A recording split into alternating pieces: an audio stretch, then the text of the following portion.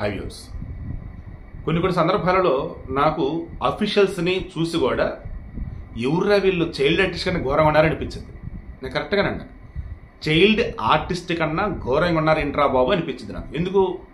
వాళ్ళు చేసే over action అట్టు ఉండిద్ది. రియాలిటీ చెక్ చేసుకోరు.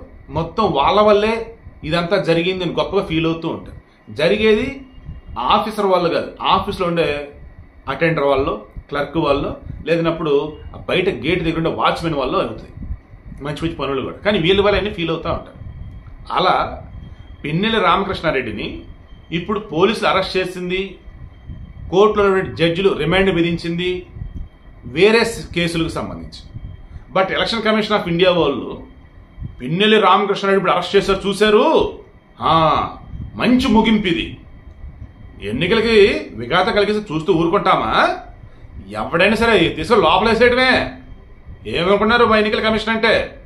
ఎన్నికలు సజావుగా జరిగేలా చూడాలి ఎవరైనా. కాదు కూడదంటే ఇదిగో పిన్నెల్లి రామకృష్ణారెడ్డి లాగా మీరంతా కూడా లోపలికి వెళ్లాల్సి ఉంటుంది, జాగ్రత్తగా నుంచి అయినా రైట్ అంటూ హడావుడి చేస్తూ ఒక పోస్ట్ వదిలేరు. ఎన్నికల కమిషన్ వాళ్ళు నిజంగా ఇంత సీరియస్ అయ్యారా? అమ్మో, ఎన్నికలకు సంబంధించి మనం విఘాతం కలిగిస్తే నిజంగానే ఇమీడియట్గా చర్యలు ఉంటాయా? వాస్తవానికి ఉంటాయి, బట్ ఇక్కడ లేవు. అందుకే అది పిన్నెల్లి రామకృష్ణ బయట ఉన్నాడు. బట్ ఇప్పుడేంటి, ఉత్తర ప్రగల్భాలు అంటూ ఉంటారు. ఆ ఉత్తర కుమారుడు వచ్చేసి ఏం చేయలేడు, కానీ ఓవర్ యాక్షన్ చేస్తూ ఉంటాడు. అలా ఇక్కడ ఈ ఎలక్షన్ కమిషన్ కూడా పిన్నెల్లి రామకృష్ణ విషయంలో ఏం తీసుకొని తీసుకోవాలా.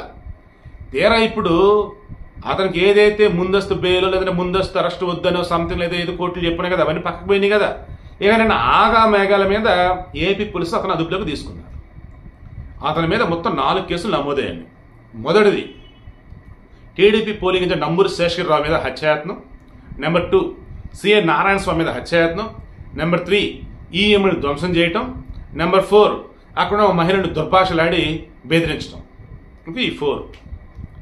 నిన్న అతనిని మాచర్ల కోర్టులో ప్రొడ్యూస్ చేసి ఫస్ట్ నర్సరాపేట పోలీసులు అరెస్ట్ చేశారు, ఎస్పీ ఆఫీస్కి తీసుకెళ్లారు, లోకల్లో ఉంటే ఆసుపత్రిలో చెక్ చేయించారు, మాచర్ల కోర్టుకు పట్టుకొచ్చారు. ఎందుకంటే ఇన్సిడెంట్ జరిగింది అక్కడే కాబట్టి.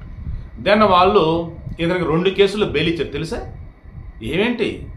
ఈవీఎం పగలగొట్టాడే ఆ కేసులో బెయిల్, మహిళను దుర్భాషలాడి బెదిరించాడే ఆ కేసులో బెయిల్, నంబూరి శేషగిరిరావు మీద హత్యాయత్నమే ఆ కేసులో, సీఏ మీద హత్యాయత్నమే ఆ కేసులో. ఈ 2 కేసుల్లో మాత్రం 14 రోజులు కూడా రిమాండ్ విధించారు, నెల్లూరు సెంట్రల్ జైలుకి తీసుకెళ్లారు. సో ఇప్పుడు చెప్పండి, ఎన్నికల కమిషన్ మా వాళ్ళే మాతో పెట్టుకుంటే అంతేని చేసింది ఓవర్ యాక్షనా కాదా? పిల్లలు చైల్డ్ ఆర్టిస్టులు టైప్ ఉంటారు కొంతమంది, వాళ్ళ లెక్క ఇప్పుడు వీళ్ళు హడావుడి చేయటం తప్ప ఏమైనా ఉందా? మీరే కింద కామెంట్లో తెలియచేయండి.